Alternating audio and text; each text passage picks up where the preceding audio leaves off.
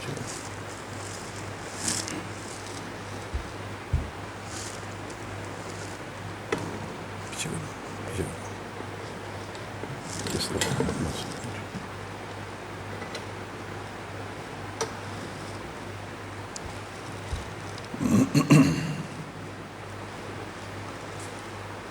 الحمد للہ نحمده ونستعینه ونستغفره ونعوذ باللہ من شرور انفسنا ومن سیئات اعمالنا ومن يهده الله فلا مضل له ومن يضلل فلا هادي له واشهد ان لا اله الا الله وحده لا شريك له واشهد ان محمدا عبده ورسوله اما بعد فان خير الحديث كلام الله وخير الهدي هدي محمد صلى الله عليه وسلم وشر الامور محدثاتها وكل محدثة بدعة وكل بدعة ضلالة وكل ضلالة في النار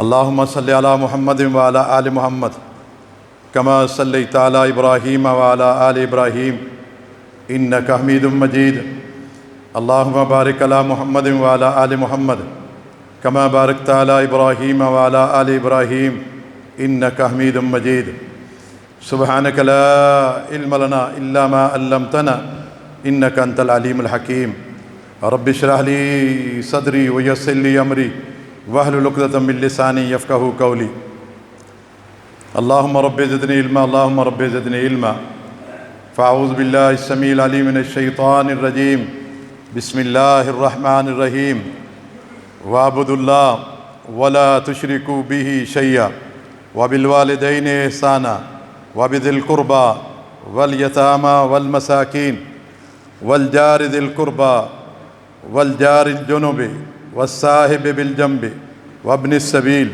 وما ملكت أيمانكم إن الله لا يحب من كان مختالا فخورا وَاعْبُدُوا اللَّهَ اللہ تعالیٰ کی عبادت کرو اور اس کے ساتھ کسی کو شریک نہ ٹھہراؤ والدین کے ساتھ نیکی کرو اور اپنے رشتہ داروں کے ساتھ بھی اور یتیموں کے ساتھ بھی اور مسکینوں کے ساتھ بھی اور ہمسایوں کے ساتھ بھی وہ ہمسائے جو رشتہ دار ہیں اور ان ہمسایوں کے ساتھ بھی احسان کرو جو رشتہ دار نہیں ہیں اور جو پہلو کا ساتھی ہے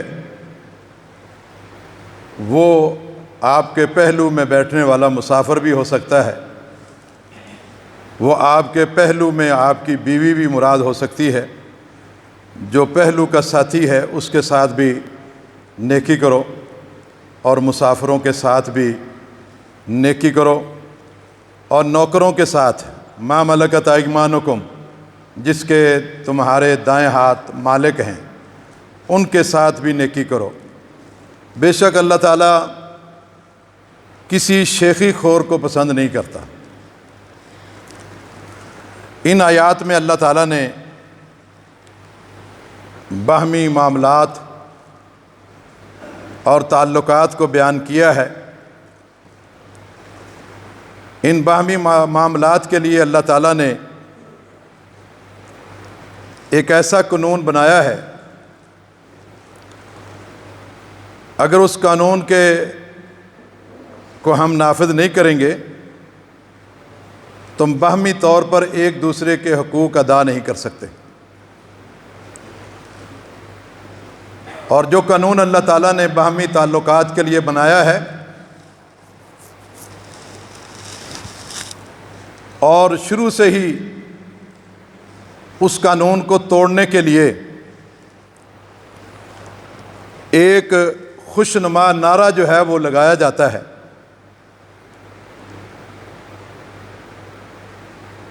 لگا رہے ہیں اور لگاتے جا رہے ہیں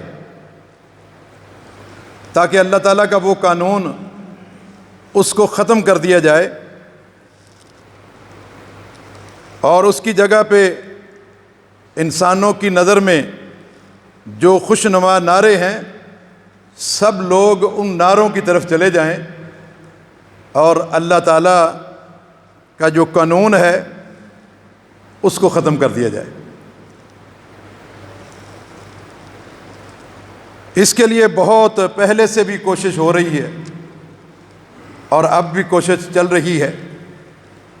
وہ قانون جس کی بنیاد پر اللہ کریم نے باہم تعلقات، ایک دوسرے کا حقوق کا تعین کیا ہے اور اس کے طرز عمل کا ہم سے تقاضا کیا ہے، وہ ہے عدل کا قانون۔ قانون عدل ہے۔ عدل کا معنی یہ ہے کہ جس کا جتنا حق بنتا ہے اس کو اتنا حق اس کا دے دیا جائے۔ حقدار کو حق دینا یہ عدل ہے۔ حقدار کو اگر حق نہیں دیں گے تو یہ ظلم ہوگا اور پھر معاشرہ جو ہے وہ ظلم پر چل رہا ہوگا۔ جس کا جتنا حق ہے وہ اس کو دیا جائے۔ اس کے لیے حقوق کا تعین جو ہے وہ عدل سے ہی ہو سکتا ہے، اور عدل کے خد و خال کا تعین جو ہے وہ انسانوں نے نہیں کرنا،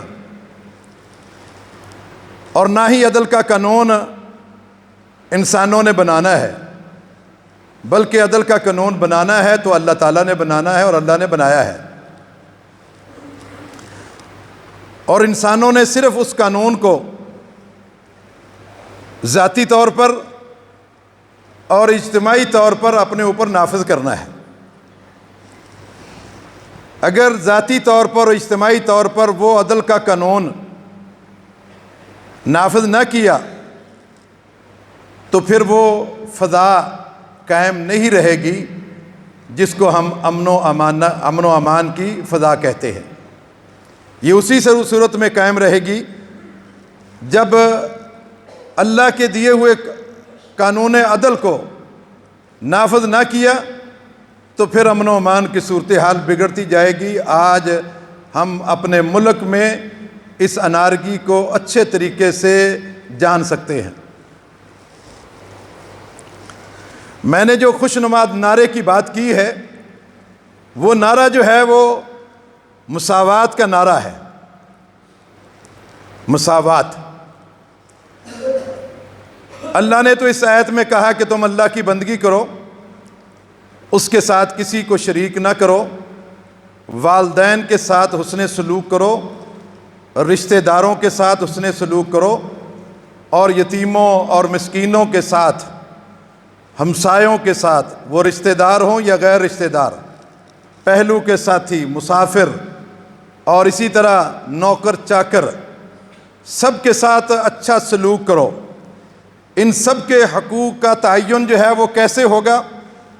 اس عدل کی بنیاد سے آپ متعین کر سکتے ہیں جو عدل کا قانون اللہ تعالیٰ نے دیا ہے۔ اس کا تعین کسی انسان کی اپنی مرضی سے نہیں ہوگا، بلکہ اس کا تعین جو ہے وہ اللہ تعالیٰ نے پیارے پیغمبر صلی اللہ علیہ وسلم کے ذریعے سے کر دیا ہے۔ عدل کا معنی یہ ہے کہ جو اس کا حقدار ہے اس کو اس کا حق ملنا چاہیے۔ لہذا ہو سکتا ہے کہ کسی کا حق 90% ہو اور کسی کا حق 10% ہو۔ جس کا 90% ہے اس کو 90% دیا جائے، اور جس کا 10% ہے اور اس کو 10% دیا جائے۔ اور کسی موقع پر یہ بھی ہو سکتا ہے کہ ایک شخص کا حق جو ہے وہ 100% ہے، اس کو 100% دینا چاہیے، اور ایک شخص کا 1% بھی حق نہیں ہے، اس کو نہیں دینا چاہیے۔ یہ عدل ہے۔ لیکن مغرب کی طرف سے جو نعرہ لگایا گیا ہے اس نظام عدل کو ختم کرنے کے لیے، معاشرتی قانون کو ختم کرنے کے لیے، جو اہل مغرب نے نعرہ لگایا ہے وہ کیا کہتے ہیں؟ مساوات کا قانون۔ مساوات، برابری، برابری، ہر انسان برابر ہے، سارے انسان برابر ہیں۔ یہ بڑا خوشنما نعرہ جو ہے ہمیں بھی بڑا اچھا لگتا ہے کہ برابری ہونی چاہیے۔ ہاں بالکل، بطور انسان سب برابر ہیں۔ کسی شخص کو کسی شخص پر کوئی فوقیت نہیں ہے، کسی مرد کو کسی عورت پر کوئی فوقیت نہیں ہے، کسی عورت کو کسی مرد پر کوئی فوقیت نہیں ہے۔ کسی گورے کو کسی کالے پر کوئی فوقیت نہیں ہے، کسی کالے کو کسی گورے پر کوئی فوقیت نہیں ہے، الا بالتقوی۔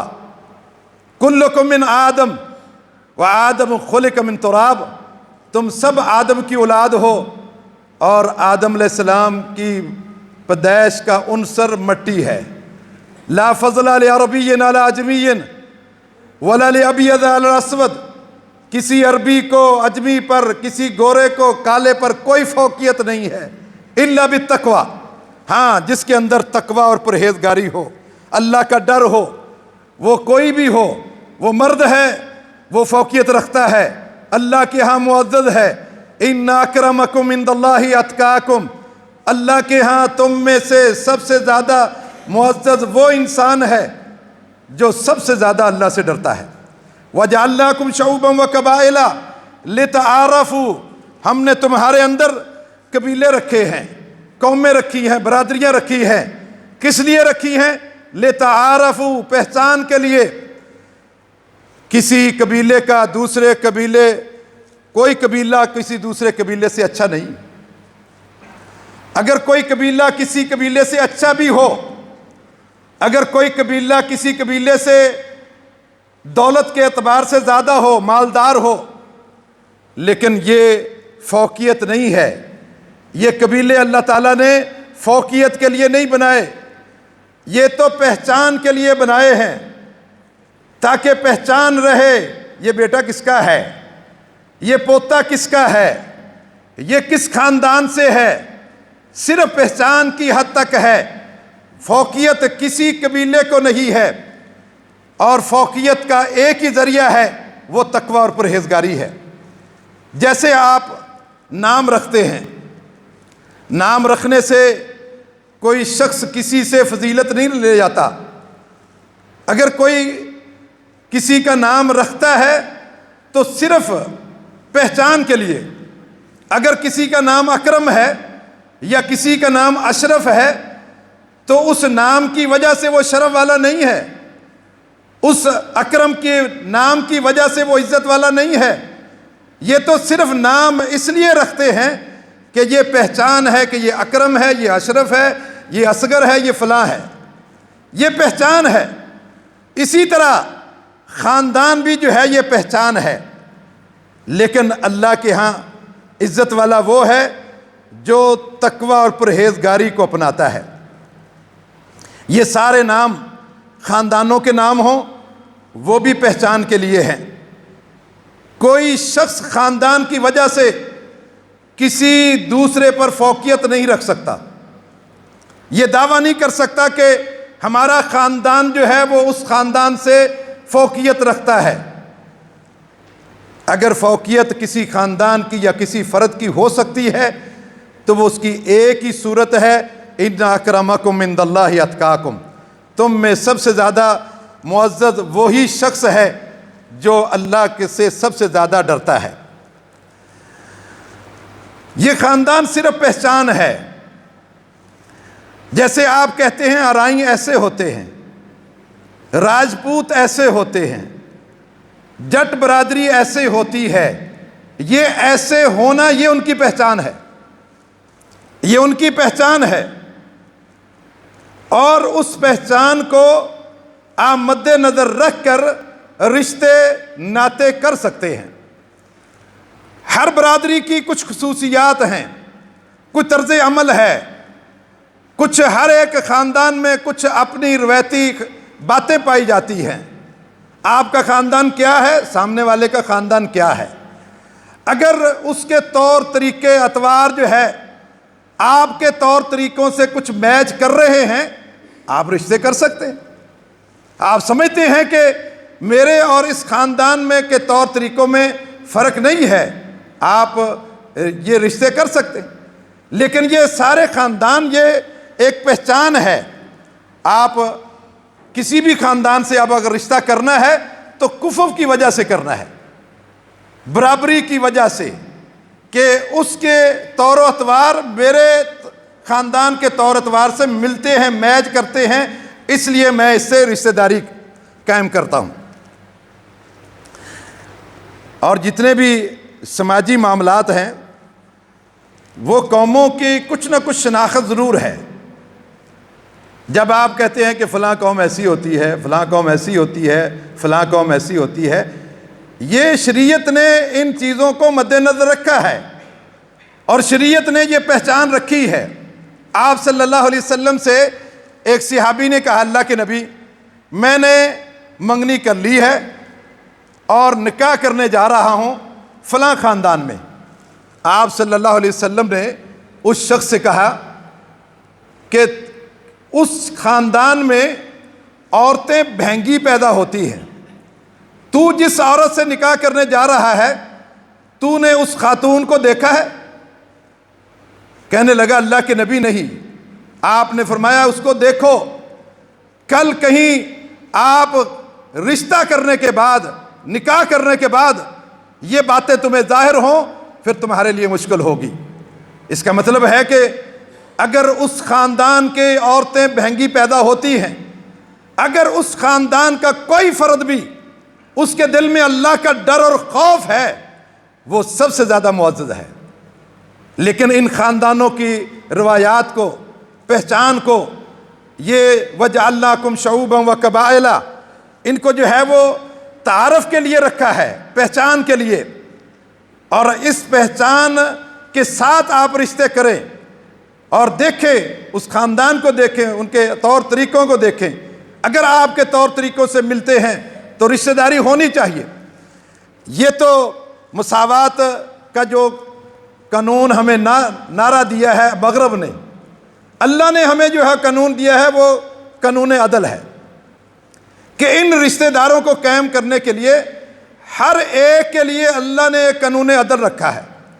لیکن جو نعرہ مغرب نے دیا ہے کہ مساوات، مساوات کا معنی یہ ہے کہ استاد اور شاگرد دونوں برابر ہیں۔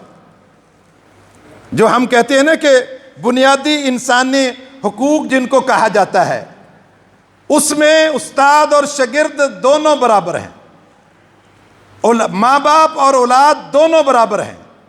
اگر کہیں اولاد اپنے باپ کے خلاف مقدمہ کرتی ہے ان ملکوں میں، ان مغربی ملکوں میں، اور وہ اپنے باپ کے بارے میں ثابت کر دیتا ہے، تو وہ باپ سے فوقیت اولاد رکھ لے گی، جبکہ شریعت یہ نہیں کہتی۔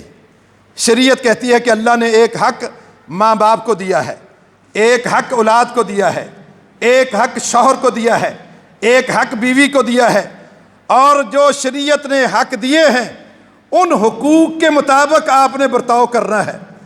وہ حقوق جو ہے وہ اہل محلہ کے اللہ نے بیان کیے ہیں، اہل مسجد کے بیان کیے ہیں، اور اہل مارکیٹ کے بیان کیے ہیں، اور اہل کاروبار کے بیان کیے ہیں۔ ان میں سے کوئی شخص بھی جب ان حقوق کو سامنے رکھتے ہوئے برتاؤ کرے گا تو یہ معاشرہ چل سکتا ہے، اس مساوات کے نعرے سے بگاڑ پیدا ہوگا۔ مثلا ایک شخص فیکٹری کا مالک ہے، وہ سربراہ ہے، اور ایک اس کا چوکیدار ہے، گیٹ کیپر ہے۔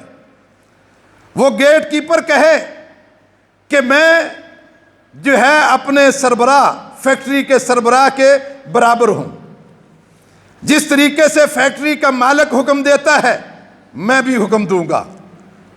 اگر فیکٹری کا مالک جو ہے وہ بندوں کو رکھنے کا اختیار رکھتا ہے، میں بھی رکھتا ہوں، تو پھر کون سا نظام چلے گا؟ سارے نظام بگڑ جائیں گے۔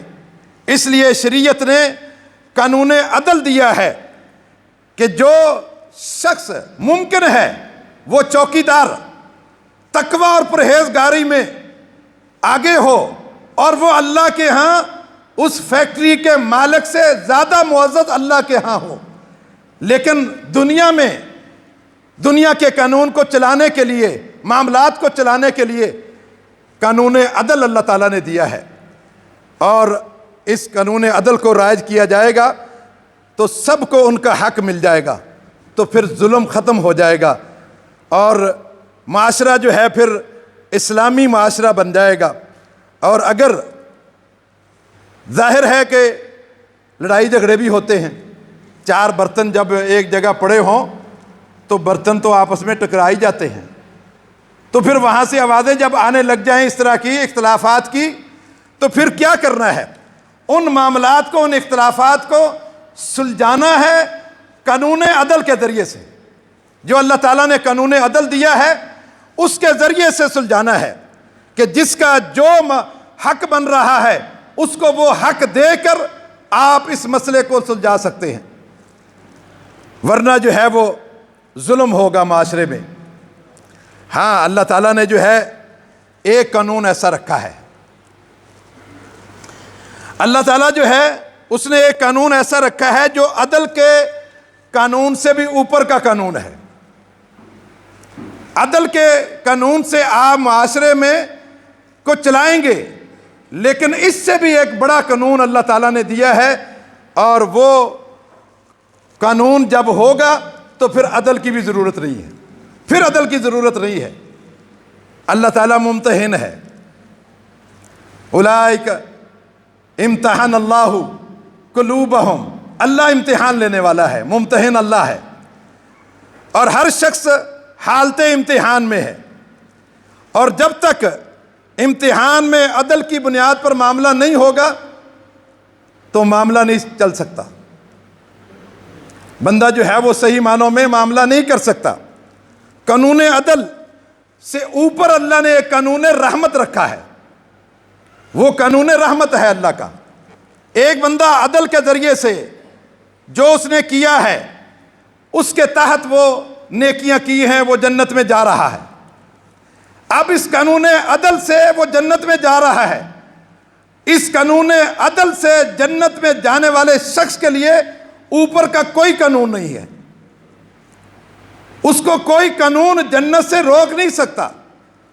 ہاں، اس شخص کے لیے جو اپنے ظلم اور زیادتی کی وجہ سے، گناہوں کی وجہ سے، اور عدل کا قانون اس پر نافذ کیا جائے تو وہ جہنم میں جائے، لیکن اللہ نے اس قانون عدل سے اوپر کا قانون، قانون رحمت رکھا ہے۔ اللہ کی رحمت جوش مارتی ہے، اللہ کی رحمت جو ہے اس میں حرکت پیدا ہوتی ہے۔ پھر وہ بندہ جس پر جہنم واجب ہو گئی اور قانونی طور پر، عدل کے طور پر اللہ کے غضب کا وہ مستحق ہو گیا، لیکن اللہ کی رحمت، جب قانون رحمت اس پہ غالب آتا ہے پھر اس کو اللہ جہنم سے نکال کر جنت میں بھیج دیتا ہے۔ اور یہ اللہ تعالیٰ نے اس وقت لکھا جب نہ زمینیں بنائی نہ آسمان بنائے تھے۔ ان مخلوقات سے سب سے پہلے اللہ نے ایک تحریر لکھوائی تھی۔ وہ تحریر کیا تھی؟ حدیث میں آتا ہے ان اللہ کتب کتابا قبل ان یخلق الخلق، مخلوقات کو پیدا کرنے سے پہلے، زمین و آسمان کو پیدا کرنے سے پہلے اللہ نے ایک تحریر لکھائی۔ وہ تحریر کیا تھی؟ وہ تحریر یہ تھی ان رحمتی سبقت علی غضبی، کہ لوگوں، ایک شخص قانون عدل سے میرا غضب اس پر ثابت ہو گیا، قانون عدل اس کو یہ کہتا ہے کہ یہ تو اللہ کے غضب کو لے کر جہنم میں جائے گا، لیکن اللہ نے کہا میرے غضب پر میری رحمت جو ہے وہ سبقت لے گئی۔ قانون عدل سے اوپر جو ہے وہ قانون رحمت ہے۔ اللہ نے کہا کہ یہ میں نے سب سے پہلے تحریر لکھائی، اور تحریر لکھا کر کہاں اس کا بورڈ لگایا ہے؟ فرمایا کہ میں نے عرش کے اوپر، اللہ کے پاس عرش کے اوپر یہ بورڈ جو ہے وہ آویزاں ہے۔ حدیث میں آتا ہے کہ وَهُوَ مَكْتُوبٌ عِندَ اللَّهِ، وہ لکھا ہوا بورڈ جو ہے اللہ کے پاس ہے، فوق العرش، عرش کے اوپر وہ بورڈ لگا ہوا ہے۔ اس بورڈ پر کیا لکھا ہوا ہے؟ ان رحمتی سبقت غضبی، میری رحمت جو ہے وہ غضب پر غالب آ گئی، سبقت لے گئی۔ عدل کا قانون یہ تھا کہ اس نے گناہ کیے ہیں، جرم کیے ہیں، یہ بندہ 99 شخصوں کا قاتل ہے، اور مسئلہ پوچھنے پر پھر دل سخت ہو گیا، سینچری پوری کر لی ہے۔ قانون عدل یہ ہے کہ اس بندے کو جس نے 100 بندوں کو قتل کیا ہے اس کو اٹھا کر جہنم میں ڈالا جائے، یہ قانون عدل ہے۔ لیکن اس قانون عدل سے اوپر کا قانون جو ہے وہ قانون رحمت ہے، اور وہ اللہ تعالیٰ نے کہا ان رحمتی سبقت علی غضبی، میری رحمت میرے غضب سے پہلے ہے، اور سبقت لے گئی۔ وہ 99 قتل کرنے والا، 100 پورے کرنے والا شخص جب مرا، اس کی روح کو لینے والے جنت کے فرشتے بھی تھے اور جہنم کے فرشتے بھی تھے، لیکن رب تعالیٰ جب اپنا قانون رحمت کر دیتا ہے تو پھر اس کے لیے جو ہے، جب دونوں فرشتے لڑ رہے تھے، اللہ نے کہا کہ تم زمین پمائش کر لو۔ یہ نیک لوگوں کی طرف جا رہا تھا اور دیکھیں زمین کس طرف جو ہے وہ کم ہے۔ انہوں نے کہا یہ گناہ کر کے آیا ہے، 100 قاتل ہے۔ جہنم والے فرشتے کہتے ہیں ہم نے لے کے جانا ہے، جنت والے کہتے ہیں ہم نے لے کے جانا ہے۔ اللہ نے کہا زمین پمائش کرو۔ جب اللہ تعالیٰ قانون رحمت کرتا ہے، اس زمین کو کہا کہ پھیل جا، جو گناہوں کی زمین تھی، اور جو نیک لوگوں کی طرف زمین تھی اس کو کہا سکڑ جا، کہا پمائش کرو۔ پمائش کی تو صرف ایک بالشت وہ زمین زیادہ کم نکلی جو نیک لوگوں کی طرف جنت کے فرشتے لے گئے۔ بات یہ ہے کہ اللہ نے اپنے عرش کے اوپر یہ لکھوایا ہوا ہے کہ ان رحمتی سبقت غضبی، میری رحمت جو ہے وہ میرے غضب پر جو ہے وہ حاوی ہو گئی۔ اور اسی طرح اللہ تعالیٰ نے جو ہے وہ لوگوں کے درمیان باہمی تعلقات کو قائم کرنے کے لیے قانون عدل بنایا ہے۔ دنیا چل نہیں سکتی قانون عدل کے بغیر، لیکن اس قانون عدل سے اوپر ایک اللہ نے اور قانون بنایا ہے، وہ قانون احسان ہے، وہ قانون اعصار ہے۔ اور قانون اعصار کیا ہے کہ حق تو آپ کا بنتا ہے، لیکن اگر آپ اس حق کو چھوڑ دیں گے، ترجیح دیں گے دوسرے کو، تو یہ اعصار ہے۔ اگر جس کا جو حق بنتا ہے اس شخص کو وہ حق اگر دے دیا جائے، یہ عدل ہے۔ اگر وہ شخص جو ہے اپنا حق چھوڑ دیتا ہے اور اعصار کرتا ہے، اس کو اعصار کہتے ہیں، یہ عدل سے اوپر کا قانون ہے، قانون اعصار۔ اور اگر کسی کا حق نہیں بنتا، آپ اس کو حق دے دیتے ہیں، یہ احسان ہے، یہ عدل کے قانون سے بھی اوپر کا قانون ہے۔ اور اگر آپ کی کسی کے ساتھ دشمنی ہے، آپ کی لڑائی ہے، کسی فرد سے ہے، کسی قوم سے ہے، اللہ تعالیٰ نے کیا کہا ہے کہ ان معاملات کو آپ نے کیسے درست کرنا ہے، ظلم کو کیسے ختم کرنا ہے۔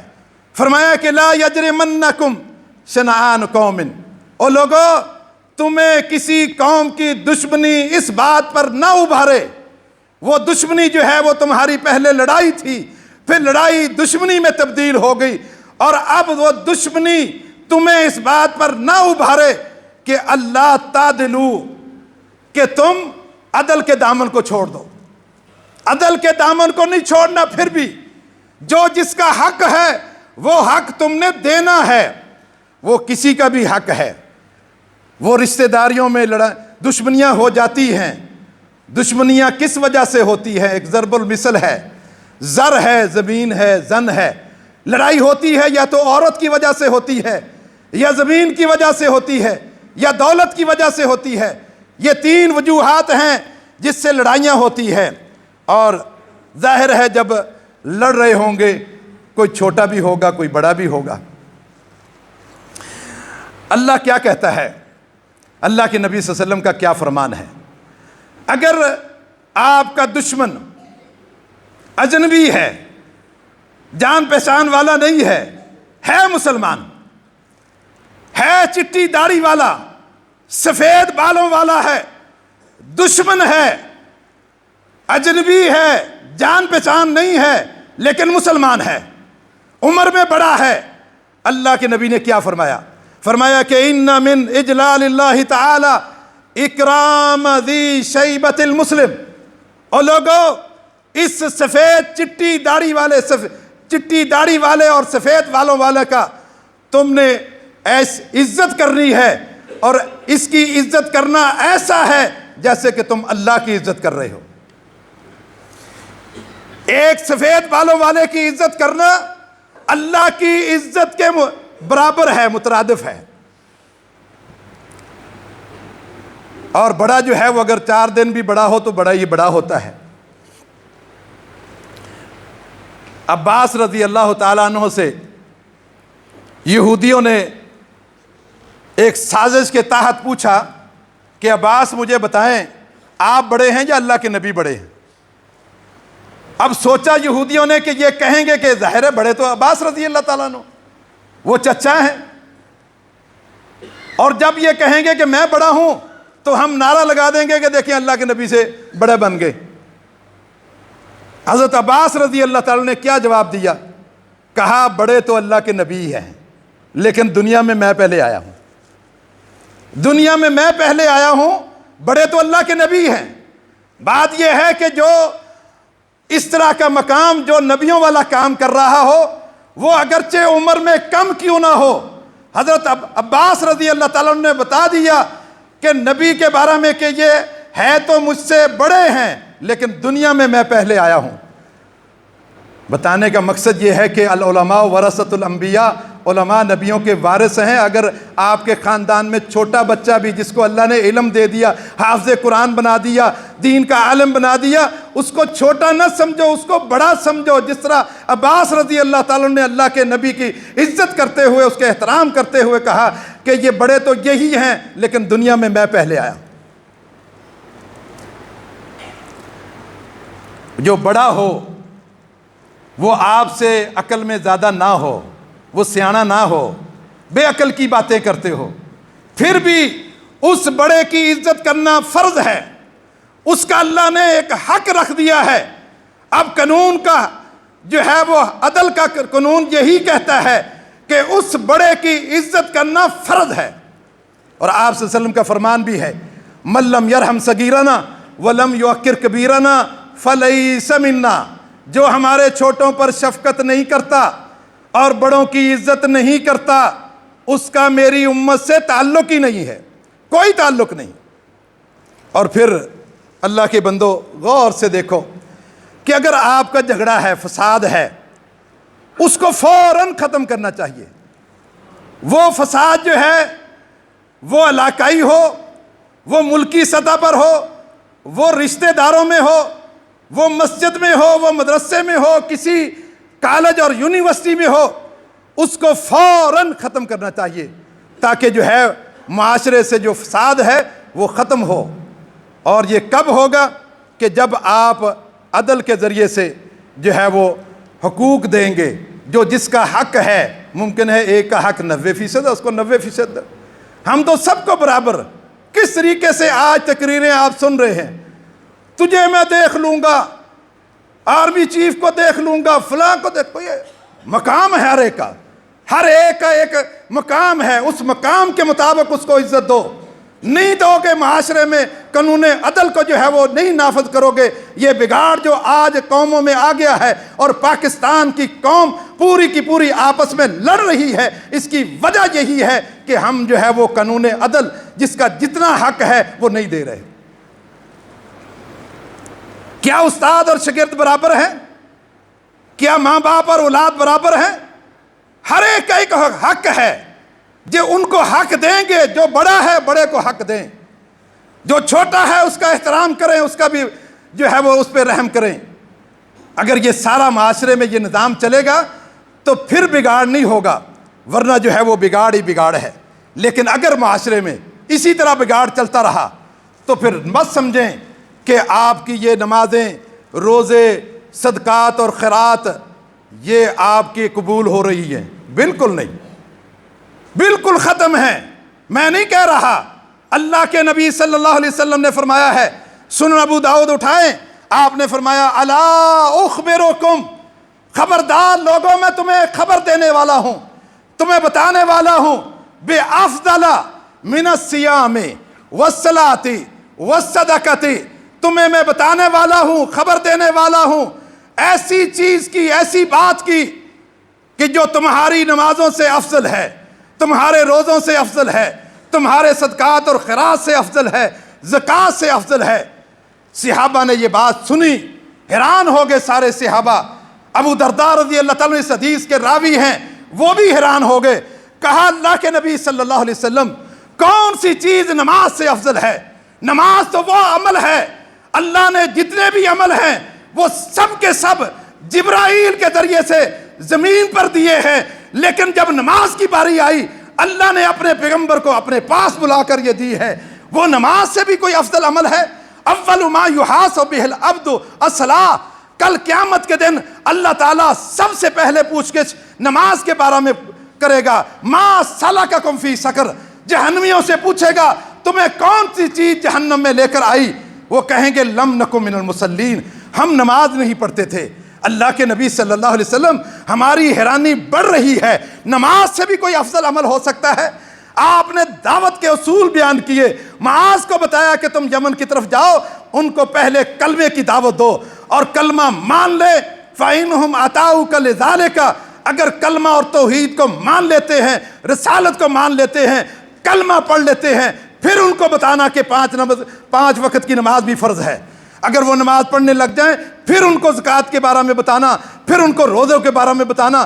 اگر وہ کلمہ نہیں پڑھتے تو پھر نماز نہ بتانا. کلمے کے بعد دوسرے نمبر پر نماز آتی ہے, ابتدا بھی نماز سے اور انتہا بھی نماز سے. اللہ کے نبی, اتنا بڑا عمل, اس سے بھی افضل کوئی چیز ہو سکتی ہے؟ آپ صلی اللہ علیہ وسلم سے صحابہ نے کہا اللہ کے نبی ضرور بتائیے. بلا یا رسول اللہ صلی اللہ علیہ وسلم, اے اللہ کے نبی صلی اللہ علیہ وسلم ضرور بتائیں. آپ نے فرمایا کہ پھر سن لو, اصلاح ذات البین, اصلاح ذات البین, جو لوگ جھگڑا کرتے ہیں ان کی اصلاح کرو, ان کے جھگڑے کو ختم کرو. اصلاح کسے کہتے ہیں؟ جہاں خرابی ہے اس خرابی کو ٹھیک کر لو, یہ اصلاح ہے. کسی بھی ادارے میں, وہ چھوٹا ادارہ ہو یا بڑا ادارہ ہو, وہ سول ادارے ہو یا وہ گورنمنٹ کے ادارے ہوں, جہاں بھی خرابی ہے, جس جگہ پہ خرابی ہے, اس جگہ کی خرابی کو دور کر لو اور جلدی کر لو. اگر جلدی نہیں کرو گے تو پھر کیا ہوگا؟ یہ سلو کرنا, یہ ٹھیک کرنا ساری چیزوں کو, یہ تمہارے نمازوں سے, روزوں سے, صدقات اور خیرات سے افضل چیز ہے. اور لیکن اگر اس کے اپوزٹ, اس کا متضاد کیا ہے؟ اگر سلو نہیں کرائیں گے, اصلاح نہیں کرائیں گے تو پھر کیا ہوگا؟ فَفَسَادُ ذَاتِ الْبَيْنِ, پھر آپس میں جھگڑا, پھر جو ہے وہ لڑائی جھگڑے, پھر جو ہے آپس میں فساد, اور کوئی بھی بنیاد ہو سکتی ہے. وہ فساد جب بڑھے گا تو پھر کیا ہوگا؟ ہِيَ الْحَالِكَ, او لوگو, یہ حالکہ ہلاکت سے نہیں ہے, یہ نہیں ہے کہ وہ ہلاک کرنے والی ہے, یہ فساد ہلاک کرنے والا ہے. ہِيَ الْحَالِكَ, یہ حلق سے ہے. حلق کہتے ہیں مونڈنے کو, جیسے آپ سر سے بال کو مونڈ دیتے ہیں, ٹنڈ کرا لیتے ہیں, اس کا معنی حالکہ کا یہ معنی ہے کہ یہ تمہارے دین کو مونڈ کے رکھ دے گی. تمہاری روزے, نمازیں سب ختم ہو جائیں گے, کیونکہ یہ بات جو ہے فساد کا, آپس میں جھگڑا کرنا, یہ تمہاری ساری چیزوں کو, نمازوں کو ختم کر دے گا. اور آپ صلی اللہ علیہ وسلم نے یہ بھی فرمایا ہے کہ دبا الیکم داء الامم من قبلکم, تم سے پہلی امتیں, وہ کون سی امتیں ہیں؟ وہ یہود و نصارہ ہیں. ان کی امتوں کی بیماریاں تم میں بھی آہستہ آہستہ سرایت کر رہی ہے. صحابہ اکرام نے کہا اللہ کے نبی وہ بیماریاں کیا ہیں؟ فرمایا کہ الحسد والبغضاء, حسد اور بغض اور نفرت کے بیج بونا اور اس قوم کو نفرت پہ کھڑا کر دینا, یہ سابقہ امتوں کی بیماریاں ہیں. آپ نے فرمایا یہ تم میں بھی آ رہی ہیں, اور جب یہ بیماریاں آ جائیں گی ہِيَ الْحَالِكَ, یہ مونڈ کر رکھ دیں گی. وَلَا أَقُولُ تَحْلِقُ الرَّأْسَ, میں یہ نہیں کہتا کہ تمہارے بال کو مونڈ دے گی, وَلَكِنْ تَحْلِقُ الدِّينَ, تمہارے دین کو مونڈ کے رکھ دیں گی, تمہاری دینداری ختم ہو جائے گی.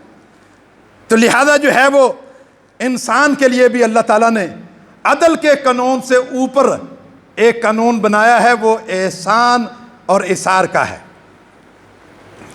قانون عدل کیا ہے؟ آپ کا حق, آپ کا جو حق ہے وہ آپ کو دیا جائے, یہ قانون عدل ہے.